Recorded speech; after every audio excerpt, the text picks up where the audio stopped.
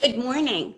Once again, I'm taking the reading from the devotional journal by Jesus is Calling by Sarah Young.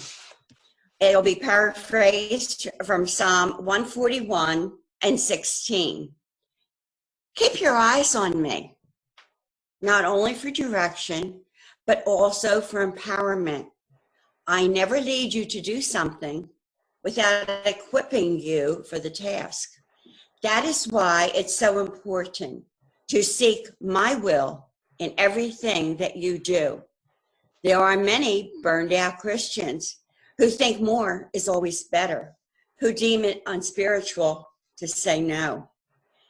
In order to know my will, you must spend time with me, enjoying my presence. This is not an erroneous task, but a delightful privilege. I will show you the path of life. In my presence is the fullness of joy.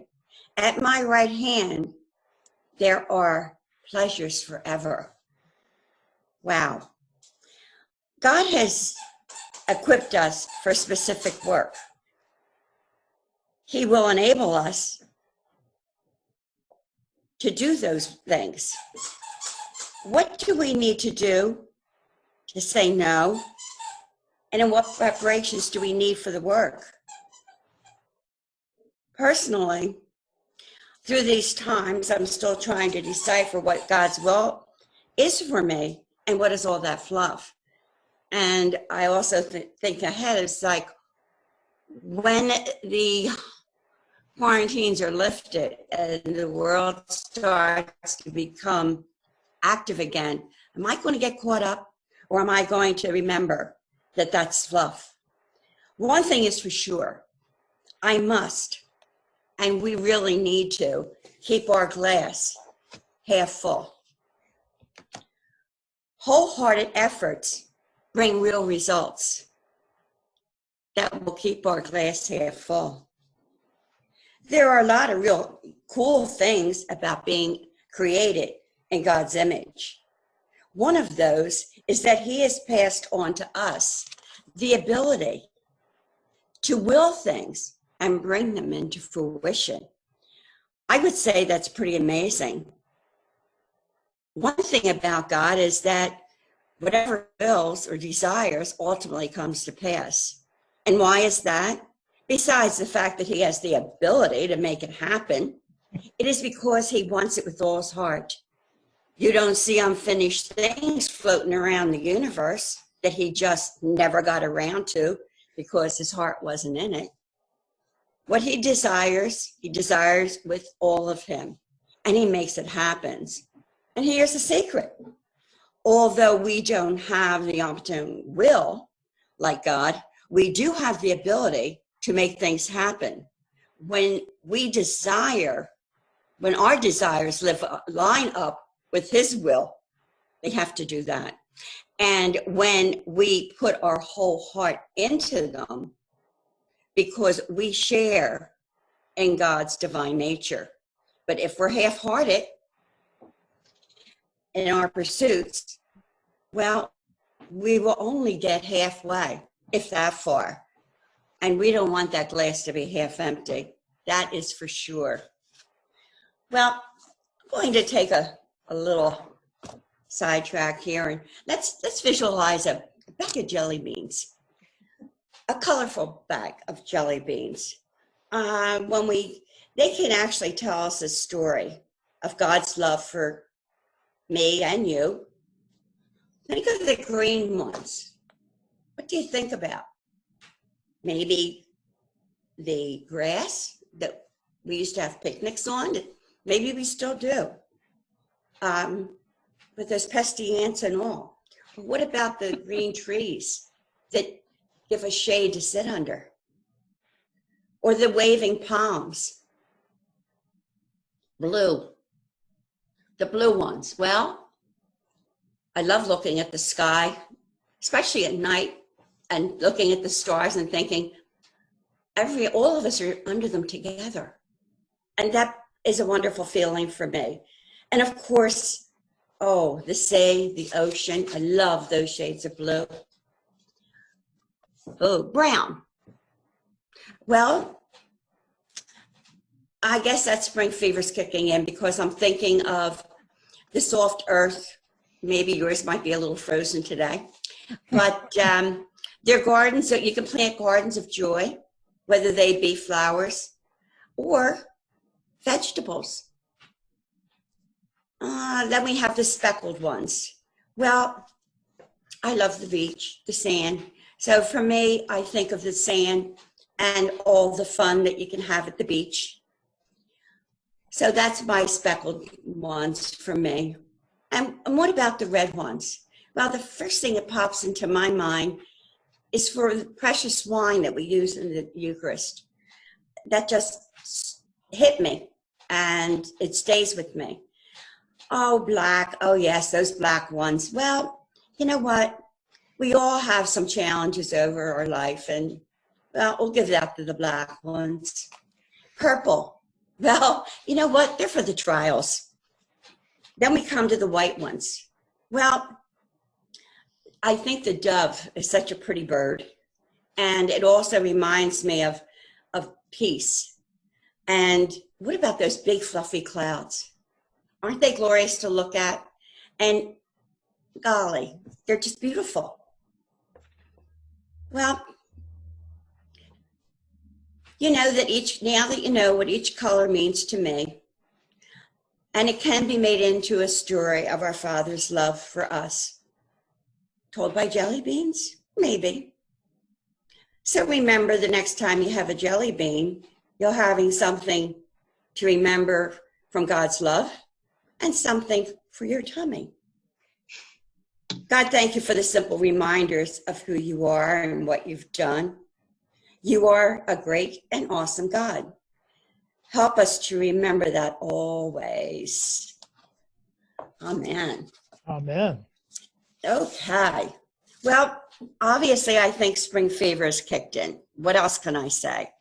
So at this time, let's think about that glass that may sometimes be trying to be half empty. Today, it's not hard to find negativity. Or we get sucked into the gravitation of its pull. We can't control the negativity that's spiraling around us. However, we can control our thoughts and our actions. Think about those wholehearted efforts that we talked about earlier, just for a moment. What would it look like if we scattered messages of goodness and hope? What would it do for our own minds, and what a positive saturation it would be for us? That goodness and hope, if we passed it on, would travel like osmosis to how many people? I would say numerous. For me, no, not for me. For all of us. This is what St. Andrew's, St. Barnabas, and St. Matthew's, by coming together during these challenging times, that's what they're doing for us. They're just keeping our glasses half full. And as we think back on controlling those thoughts and actions, again, that spring fever is kicking in. So I'd like to share some pictures as we take a walk through God's universe. And the pictures encompass from Maine to Maryland to Florida. I have one request. Mama Susan, please watch out for the ticks. And no poison ivy either. Fair? Okay. All right. All right. These pictures are in no particular order. So let's just think about them, enjoy them, and appreciate the beauty that God has given us. Well, the turtle. He's kind of mossy and got a lot of green junk on him. He just came out of the Mayaka. But no, I can't say he's one of my beautiful creatures. but he's God's beautiful creature. But on the other hand, I think of the story of the hare and the turtle, or the tortoise. And guess what? Who made it first? By constantly plugging along. So he does definitely have a lesson to teach us. And as we move along, oh, the sunset. Yeah, I love sunsets. And that's at Berry Pond. And it looks like the sailboat is sitting out, but look how the sun is just reflecting so beautifully off the water. I mean, God certainly gave us a beautiful creation of this universe to be thankful for, no matter what's around us. Oh, and the moon. Yes, I love to look up in the moon. It's like a peaceful end of the night, and how each night it changes its shape. And no, I'm not a science teacher. Sorry, Bill.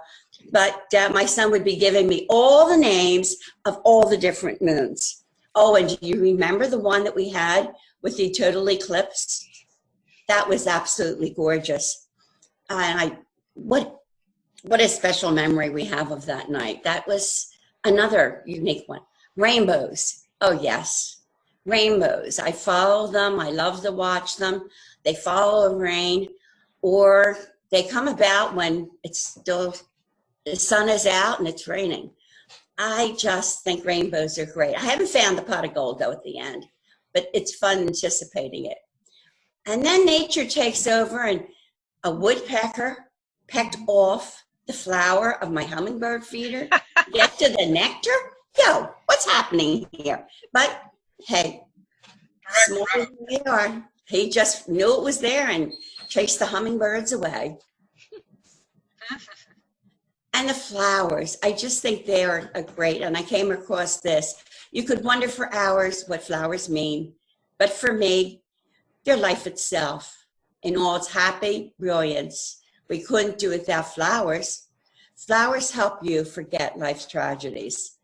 I thought that was a really great sign to have out. This is a beautiful garden area. Fish, the way they just swim around so peacefully and aimlessly at times, and I just think they're so peaceful to watch. Whale watching trip.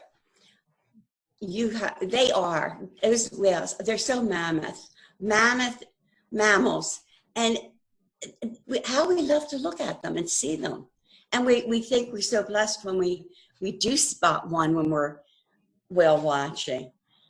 And on this particular day, my daughter did get to see one. It's her picture. Butterflies. When I think of a butterfly, I think of their beginning and the fact that caterpillars are not my favorite. And then you look at the cocoons they make in our trees, eating our leaves, making us unhappy. And now look at the brilliance that comes out. They're so brilliant and color. And one thing I don't understand is why their life cycle is so short. But they're here today, and then they're gone, just to start all over again.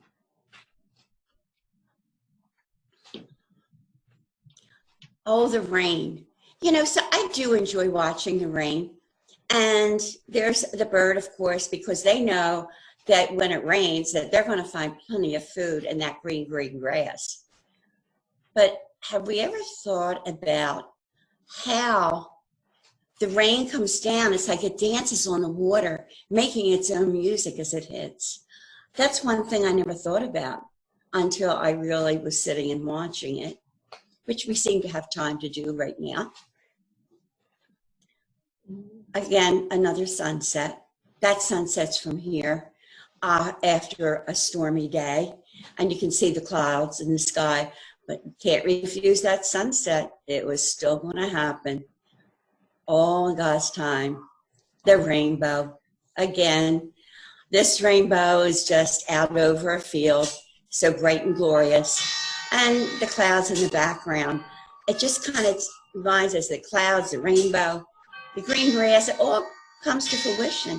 What more could we ask for? Well, the beach. Yes, the birds sitting there sunning themselves, loving every minute of it. And God gave them the beach that they could do that on. Oh, my friend the alligator under my car. Well, now I can't say he's great and beautiful. And I can't say I'm blessed to have him under my car. But he sure are interesting characters. And they sure do take us back. The flowers, what else can we say? This is a tree that, believe it or not, a friend of mine found probably 30 miles from here. And she said to me one day, hey, let's get in the car. I got to show you a tree that's blooming in Port Charlotte. So down we went and just looked at the tree and appreciated the color. And no, I don't remember the name, but I sure do love it. Oh, yes, the alligators again. They seem to pop up down here quite a bit. And just as a rule of thumb, the space between the nose and the eyes in inches is how long it is in feet. So that's just a little FYI. Oh, and this one, a sailboat. To me, a sailboat is so full of grace. And it's the wind that God has given us that takes the sailboat and moves it along so beautifully and so majestically. Dolphins, they are definitely near and dear to my heart. And I just love it when we can get this close to them. And they're just awesome. Sometimes they're so close you can reach out and touch them. This is what we call Bird Island.